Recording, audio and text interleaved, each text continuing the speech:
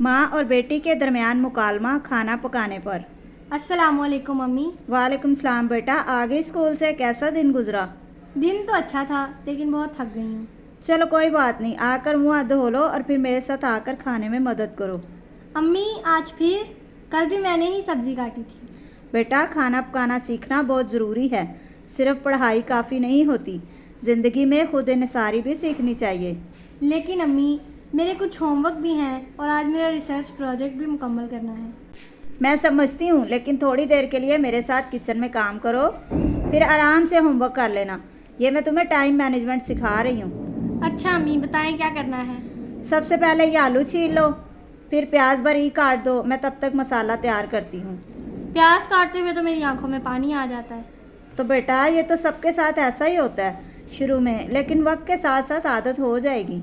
आपने खाना पकाना कहाँ से सीखा था?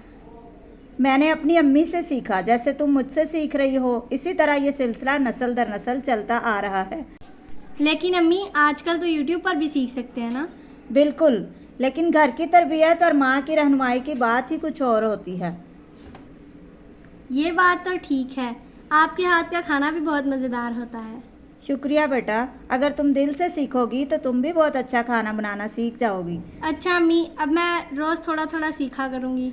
ये हुई ना समझदार बेटी वाली बात। चलो अब आलू काट लो और साथ साथ अपने दिन की बातें भी करती रहो। अम्मी, कल स्कूल में टीचर्स ने कहा था कि हमें अपने पसंदीदा खाने पर एक मजमून लिखना है। तो फिर आज हम जो पका रहे हैं वही मजमून में लिखना, और साथ साथ इसकी तरकीब भी याद हो जाएगी। वाह अम्मी, क्या ज़बरदस्त आइडिया है। शाबाश मेरी बेटी, ऐसे ही सीखते सीखते ज़िंदगी के सारे फन आ जाए। वीडियो आपके लिए फ़ायदेमंद है तो इसे लाइक कर दें और मज़ीद ऐसी वीडियोज़ के लिए चैनल को सब्सक्राइब कर दें।